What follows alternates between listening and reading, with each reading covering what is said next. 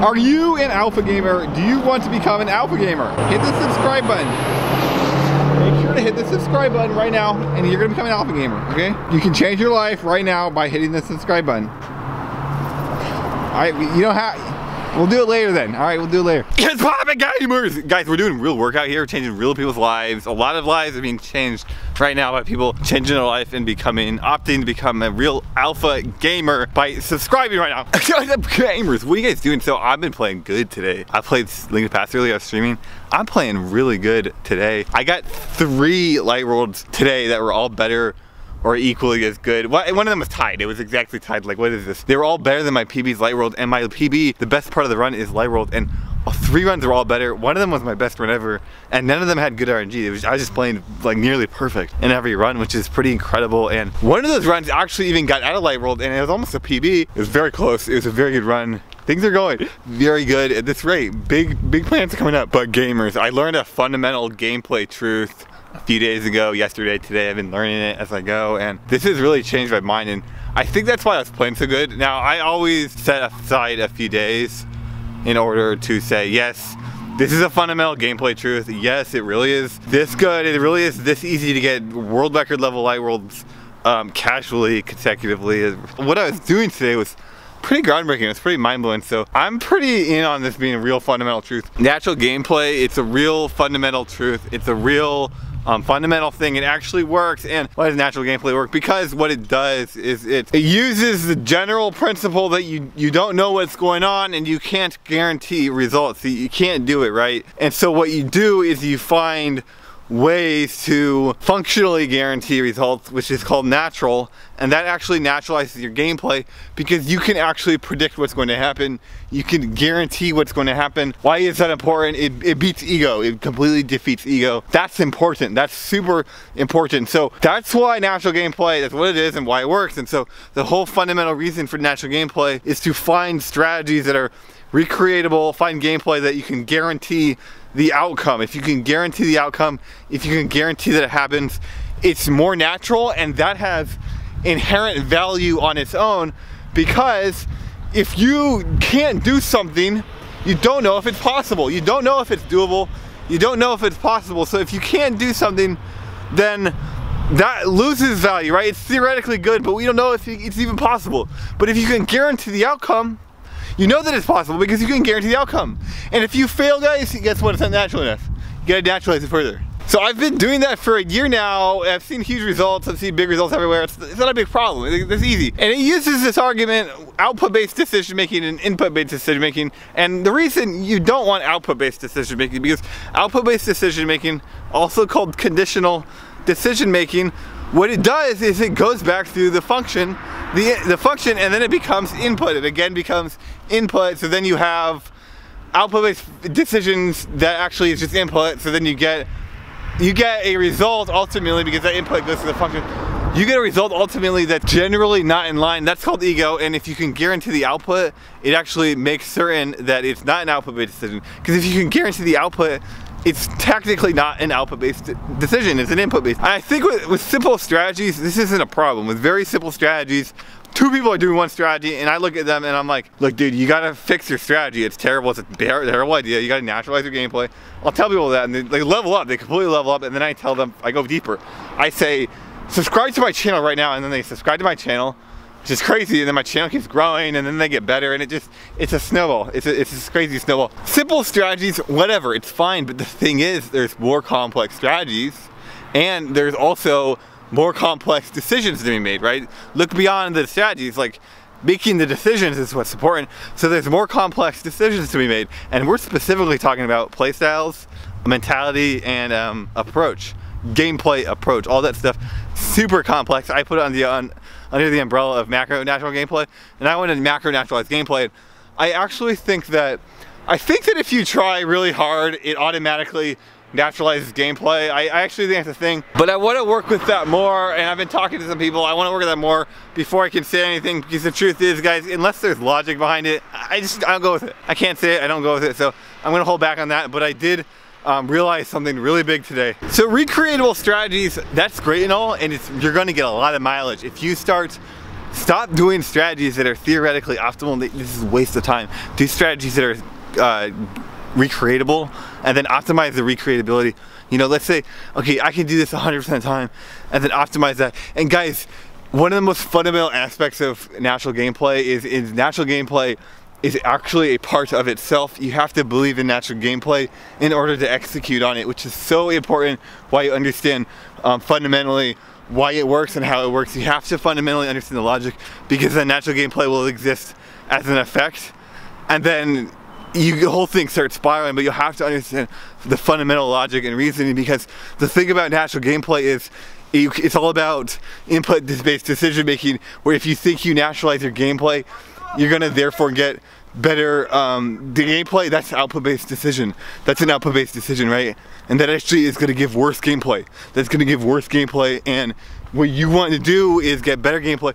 So why does a recreatable gameplay fix this? Because it guarantees the result. So if you find a recreatable gameplay that's better, and you don't believe in natural gameplay, you're still a better player. You're still a better player. Like, this is why it works. Oh, fuck, I think that guy's fucking having an autism break, dude. Holy shit, I think that guy's like freaking out. I thought he asked me if I wanted water. I was like, yeah, actually, I do kind of want some water. But I think he said, are you a vlogger? I'm like, well, I am a vlogger too. But let's get on that water. Now guys, I know everybody's ever gamed has thought this, and that's everybody in here. I know you guys have all thought this, and this is why I like gaming so much and gamers so much, because fundamentally they are truth seekers. We do seek truth above all else. That's what gameplay really is. That's what gaming is fundamentally. Everybody wants to play perfectly, like play amazing. You want to be at the peak of gameplay. I know that, and it's a very strange problem, and actually natural gameplay fixes this problem. It's a strange problem, because the problem with being at the peak of gameplay, that's the ego-based decision. That's an output-based decision. That's ego-based decision, right? And so what happens is that's actually never the peak of gameplay. Like, ego-based gameplay is never the peak of gameplay. So even if you did somehow become at the peak of gameplay, if it was an ego-based decision, you wouldn't be at the peak of gameplay. Which means, what does that mean by effect? It means you have to understand gameplay. You have to understand it, because if you understand it, it won't be ego-based. It will be input-based. It'll be automatic. It'll become natural. And so you have to actually understand the gameplay, which is fine, because that's how it works normally. But you can't do it ego-based, and that's one thing with natural gameplay. But then another thing, and I realized this, here's the thing I learned today. Look, if you can guarantee an outcome, it means the gameplay is natural. That's what it means. It means the gameplay is natural. You have to be able to guarantee outcome. Now, I know everybody, they want to play perfectly. They want to play flawlessly, completely flawlessly, and focusing 100%. That's what they don't care. People don't care about results. Truthfully, nobody cares about results. Like, I want a PB, but really I want to play good. If I'm playing good, I feel good, right? So people want to play absolutely at the highest level, at the peak of gameplay. And the problem with that is this is all output based. And so here's the thing. Multiple times in my life, I've really either played perfectly or like I've shut down and completely focused. Multiple times in my life. Like, I don't know, at least a dozen, maybe 2 dozen. Sometimes for a month long. I would play perfectly for a month straight. I never got anything out of it, right? You don't become a better player. If you play perfectly in a moment, even for a year, let's say you play perfectly for a year straight, you don't become a better player. You get nothing out of it. And our gamers, guaranteeing results, it's real easy for simple things. And a lot of times, and this is a big problem. This is a big difference between an output-based gamer and then an alpha gamer, an input-based gamer. The real big difference is that people they go into a run and they're like, okay, I need to guarantee this result. So they try their best, and then they see if they guaranteed the result or not. And if they did guarantee the result, then they say, look, I've guaranteed the result. Therefore, it was input-based, therefore I'm successful. That whole sequence was output-based though, and you've already lost. Like, you've already lost. You've already failed. Where someone like me, I go into the room and I'm like, what can I guarantee, right? And then I just find the fastest thing I can guarantee. A lot of that's done in practice, and then you just execute on that. That's all you do. You just execute what you already know is you can guarantee. That's awesome. That's a big difference right there, right? It's huge. It's a very big difference. And the problem with output-based gameplay, guys, because let's say you play amazing, you play perfectly for a year straight. Let's say you do that. What happens at the end of the year? What happens at the end of the year? You wasted your time. You didn't get better at the game. If it's all output-based gameplay, you didn't get better at the game. You stagnated. You plateaued. Because at the end of the year, you stop playing good, and then you get nothing. You got nothing, and now you're a bad gamer. And it's like, well, shit. Now what? Are you gonna do more output-based gameplay? Are you gonna try to practice more in-game? This isn't doing anything for you. It's wasting your time. It's wasting your time. You're getting worse at the game. So there's two like interesting things about input-based gameplay. One is that fundamentally, when I do anything, it always starts at the core. It starts at the belief system. So getting a result, achieving a result. Like for example, today I balled harder than I've ever balled before. I had 3 light rolls that were tied or better than my PB, which is incredible. It's like mind-blowing. Nobody's beaten my PB light roll except one person ever.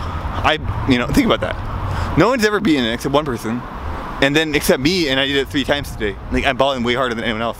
It's incredible, and think about how good that is, right? None of these light rolls even had good RNG. I never had good RNG. If you're a very good player and you get very good RNG, you can beat my PB light roll. It can happen, right? I didn't even get good RNG and I beat it 3 times today. Like what the fuck, dude? That's incredible. The thing is, I always start the fundamental belief system. Change the belief system, and then you can change your gameplay. In fact, your gameplay will change. You don't even choose to change it. It will change. And so it's important. It's really important to use logic and use your beliefs, really, to go with that. Because if you change your belief system to the wrong thing, you lose. The thing is, if you don't change your belief system, you lose anyway. If you have an output-based belief system, guys, you lose anyway. So might as well start changing it. The second thing is that if you are doing something wrong and you're consciously aware of it and you can't change it, like you want to go balls out, you want to do output-based gameplay. Ego-based gameplay, guys, it's fun if you don't like winning. And a lot of people, I like that. Don't worry about that. Don't force it, because what's going to happen?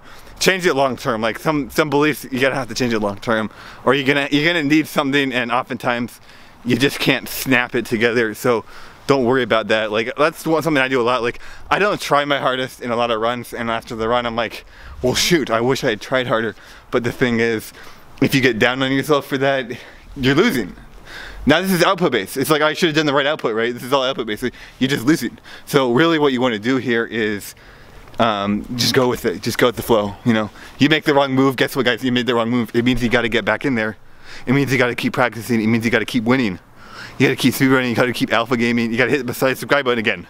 That's what it means. You got to get double back up. Because guys, the truth is I'm playing unbelievably good right now, and I think I don't think this was a one-time thing. It might be. It might be. Maybe today I was very focused. But no, I think I was playing good because I'm starting to naturalize my gameplay further. I'm starting to realize and learn, oh, so there actually are more different ways to naturalize gameplay. And I actually learned this in December. Another way to naturalize gameplay is to simplify it and do it simpler. I didn't really get a lot of mileage off that. And then I started watching my VODs and I started seeing a lot of errors, and then I got a lot of mileage off that. Like guys, if you want to instantly improve, watch like 50 of your VODs and really pay really close attention to everything, and then try to figure out what's going on, and then you're gonna get way better. Because you're gonna see yourself do stuff and you're like, well, I thought that was good, and then you're like, well, obviously it's wrong. Like you watch the VOD and you're like, well, obviously this is wrong. Like, what the hell was I thinking? But your beliefs changed. Your beliefs just changed at that moment. That happens a lot when you watch your VODs, and that's why you get better. It's crazy and it's really effective.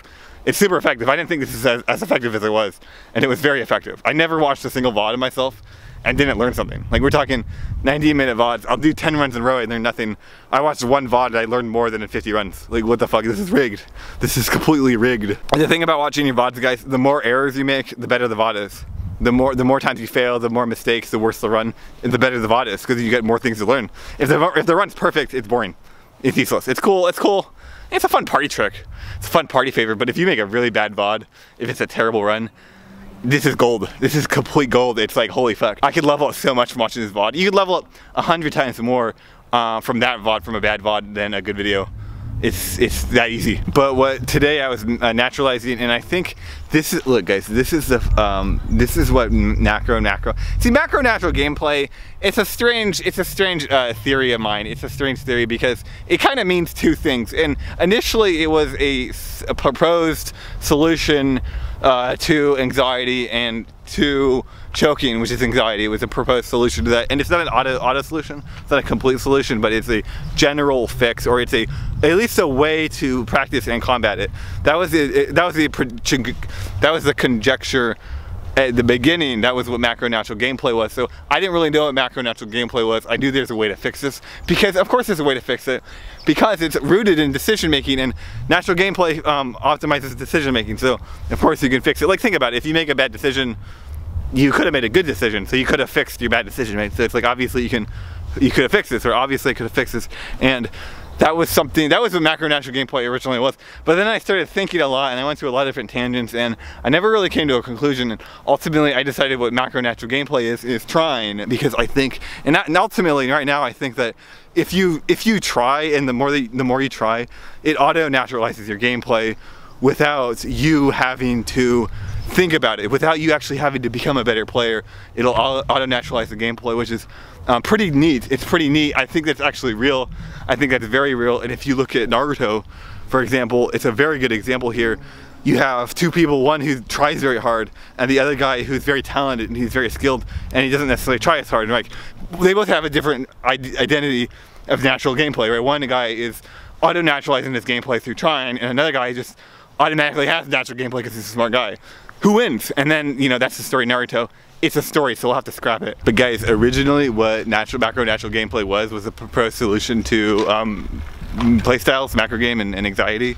Originally what it was, I'm kind of going back on that, because you should be able, you 100% should be able to naturalize macro game, naturalize playstyle. You have to be like, why can you not naturalize a playstyle? You can naturalize a strategy. A strategy is functionally a playstyle. It's the same thing. Why can't you naturalize it?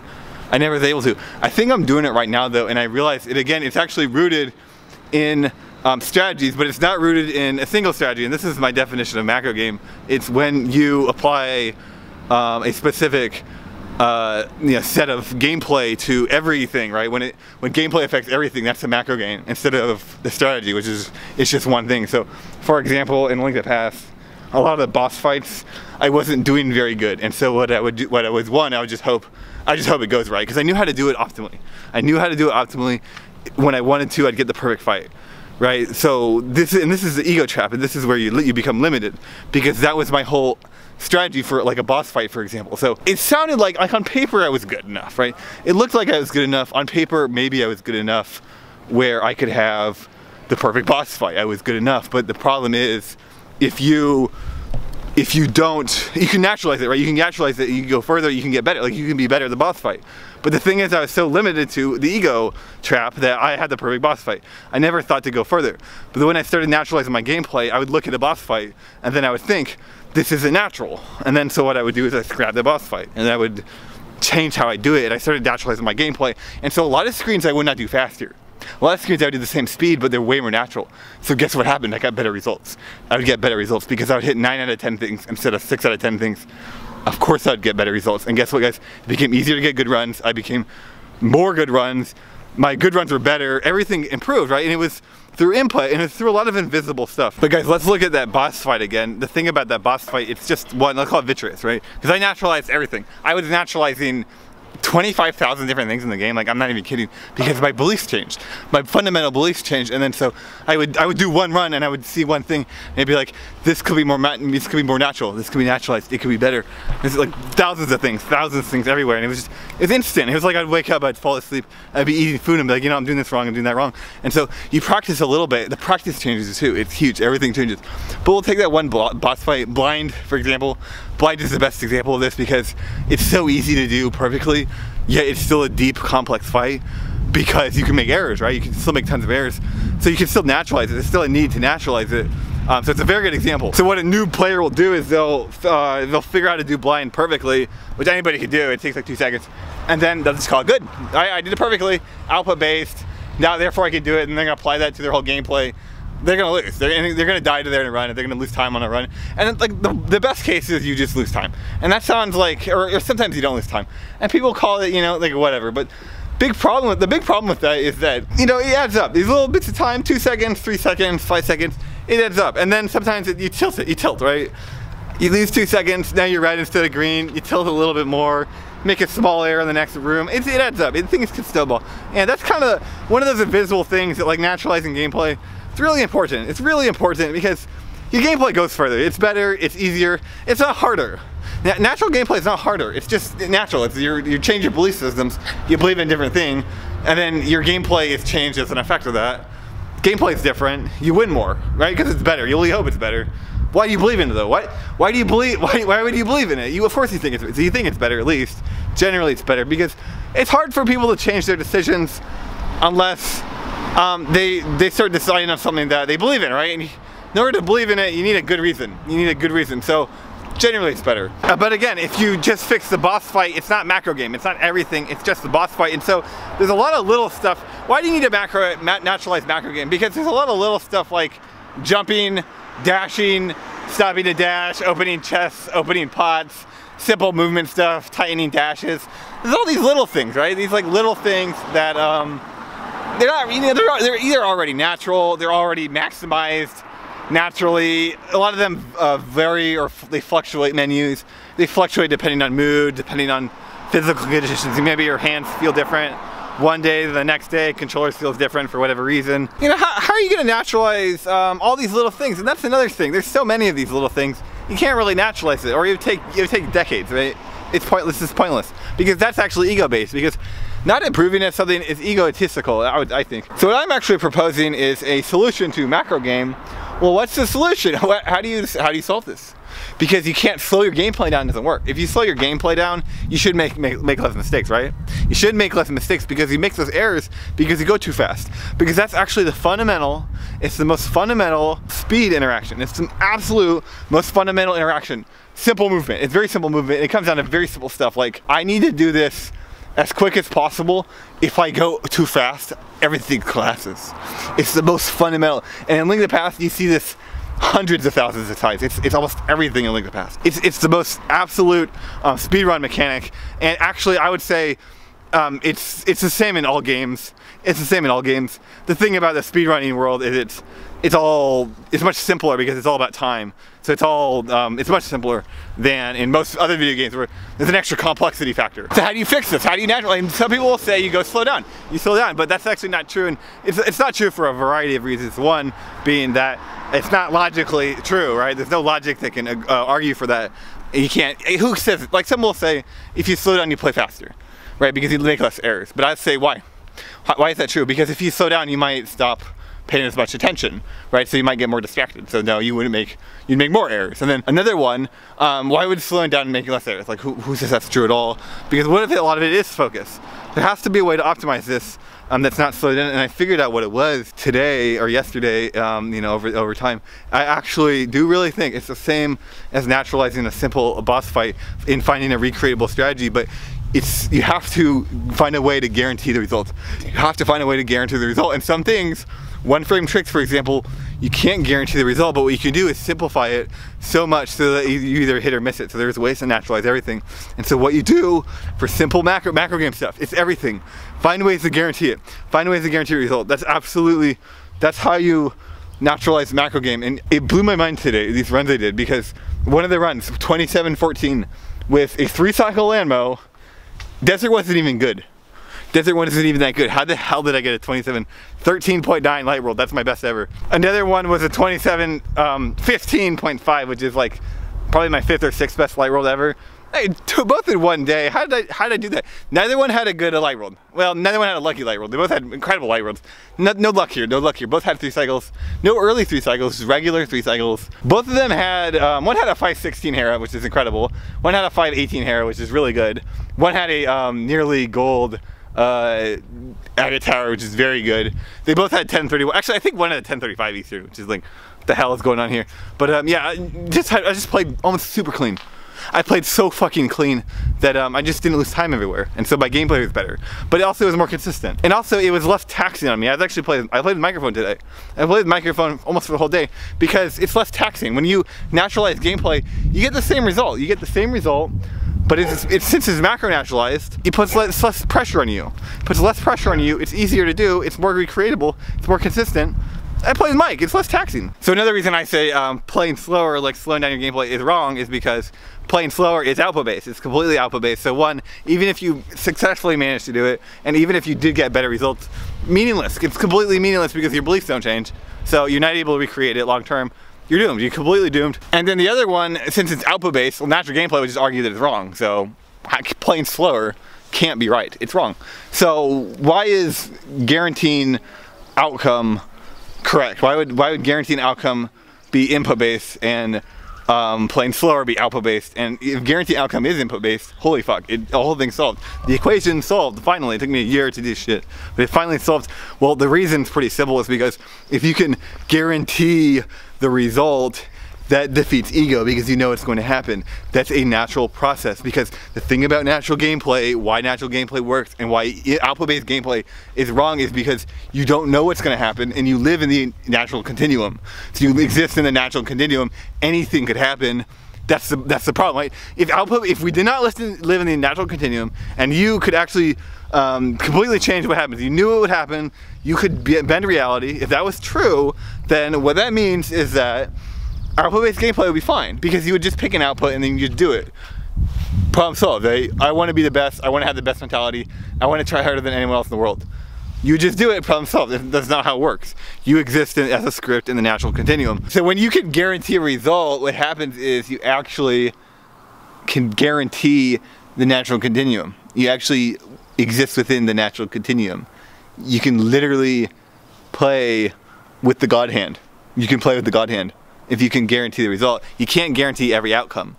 You can't guarantee every outcome. In fact, natural gameplay circumvents these problems. It circumvents the problems. It doesn't even auto-fix the problems. You can't auto-fix the problems because people have limited perception. That's why natural gameplay is so powerful. That's why it's the ascension of gameplay. It's the highest peak of gameplay, because it actually defeats ego. It beats ego. It beats output-based gameplay, and macro natural gameplay naturalizes the macro game, which it literally defeats ego. It literally will defeat ego. It's incredible. It's like, holy shit, dude. Holy fuck, dude. Is this real? How real is this? So, natural gameplay, of course I know it's real. Is macro natural gameplay is real? I'll be able to tell you guys in a month from now. In a month from now, I'll be able to tell you guys, because it has to be super reliable, super recreatable, and it has to also work in gameplay. If it doesn't work in gameplay, I don't work with it. It's not a theory of mine. Number two, it has to be a fundamental belief of mine. So, we'll see what happens. We'll see what happens. Anyway, gamers, I'll see you guys later. Thanks for watching my video on gameplay naturalization, macro gameplay naturalization. I hope you guys all go out there and win. I hope we all dominate, because this shit is really potentially changing my life. And guys, honestly, one reason I'm so hyped up right now by this natural gameplay, because I've already changed some of my strategies, and I'm already seeing winning dividends. I'm already seeing pain. I'm already seeing the reward. I'm already being paid big league, like.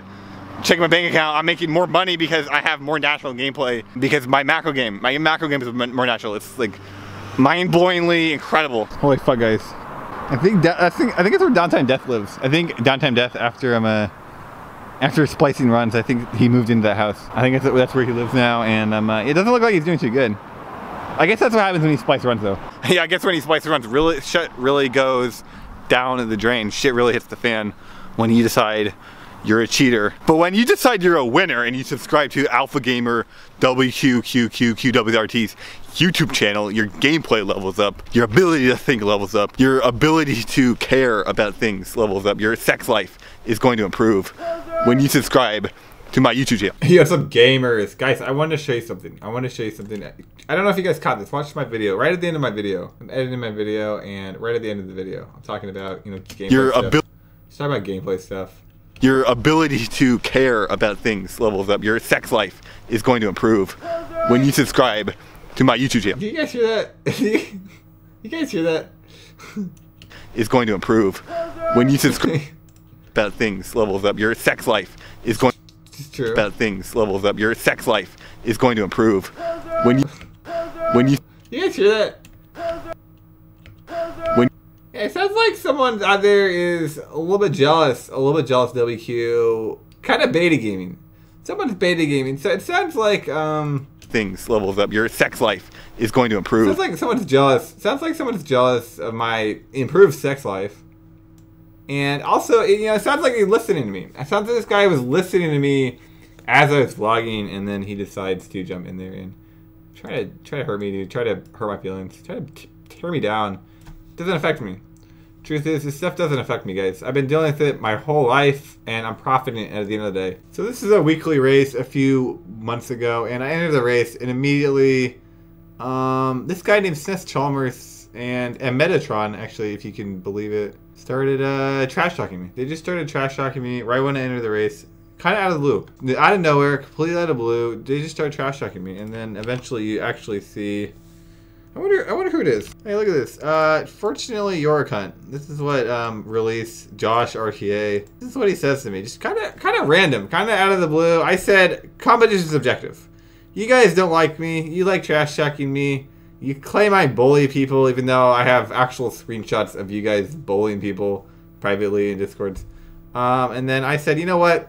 You guys, you like trash talking, but you can't compete, you can't win. I'm going to destroy you in the race. I said, yeah, whatever. Competition, you know, that's why I play the game, right? I just have a better time than you. That's why I play the game. And then, yeah, Release just straight up calls me a cunt. Which I have no idea where this came from. And it wasn't just that, you know, it's like him and his little buddies. His little bullying gang, his little splicing Discord ring. They're constantly harassing. These guys are constantly harassing me, you know? Where's Downtime Death? What happened to Downtime Death after Downtime Death started cheating, right? And Metatron, well, he's still around. Well, Downtime Death did anything wrong. They made sure he stayed around. Playing Zelda. Downtime Death is still around playing Zelda. A guy who spent a year cheating and lying about it, and Metatron says he's still around playing Zelda. I don't think he's playing Zelda. I don't think he ever played Zelda. And lo and behold, I actually did, in fact, win this race. And it's not the only race I've won against these people. Here's a pretty great screenshot of a race versus... Well, look who I raced. Look, you got a 2.5 hour time. Yeah, I have a 1 hour and 25 minute time. I still got a 5:47 escape in this race, which was the fourth ever recorded 5:47 escape. And look who it is.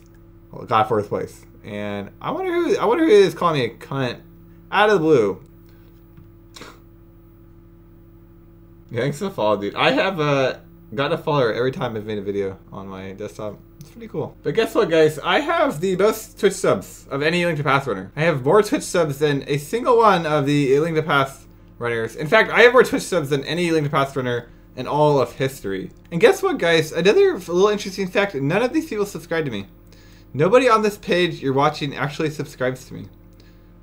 None of these people. The only people that subscribe to me are organic viewers, are real organic alpha gaming viewers. Real alpha gamers, real viewers, real people. I have 0 subs from the Link to Pass click and derivatives of the click. Now, I do have a lot of actual Link to Pass runners who do subscribe to me and who do gift a lot of subs to people. So there are actual real Link to Pass runners that subscribe to me. None of them are involved in the click or are derivatives of the click, which is the majority of what you see. Go to the Link to Pass Discord. Go to Link to Pass Discord and look through the active list. Almost none of the people in that Discord are subscribed to me on Twitch. And actually, none of them have ever subscribed to me on Twitch. Yet, I have more subs than all of these losers. And not only that, they all subscribe to each other, yet they can't get above 10 subs. They can't get above 10 subs, and they all sub to each other. They all pretend that there's no problems. Yeah, I'm completely dominating them. While they bust out 2.5 hour times and constantly try to trash talk me, even though they've got nothing. So you know what? You know what, dude, who called me a poser? You know what I'm going to do? I'm going to let you go, okay? I'm going to forgive you. I'm going to let you go because the truth is you probably have nothing. You probably are living alone. You don't like your life. You drink on the weekends. You probably have got absolutely nothing going on in your life, and I'm actually going to give you specifically an opportunity to subscribe to my YouTube channel right now, because the people who subscribe to my YouTube channel, they're happy with their lives, they're better people, they're stronger minded, they're smarter, they're changing their lives, be it in a week or be it in 10 years. They're actually out there doing real things. So I'm actually going to let you sub to my channel, and I'm going to let that go because I know absolutely you're going home. You hate yourself, you've got nothing going on, and I've got a lot going on. I wanted to let you guys know this shit happens a lot, and it doesn't really affect me. Smoke weed every day.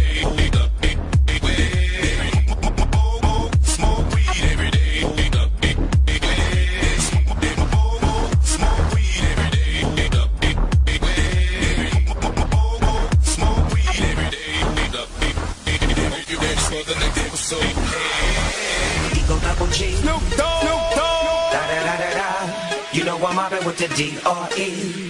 Yeah. You know the West Coast is back for all you suckers. Put something in there. Put it in there. Yeah. Suck. Top dog by them all. Yeah, I'm burning it up. DPGC, you should be turning it up. CPT, LBC, yeah, we hooking back up. And when they bang this in the club, baby, you got to get up. Cause homies, thug homies, yeah, they giving it up. Low life, yo life, boy. for sure. Slid my girl a 44 when she crept in the back door. Chickens looking at me strange, but you know I don't care. Step up, double G. Snoop Dogg. Snoop Dogg. Da da da da da. You know I'm mobbing with the Deagle double G. Snoop Dogg. Snoop Dogg. Da da da da da. You know I'm mobbing with the D.O.E.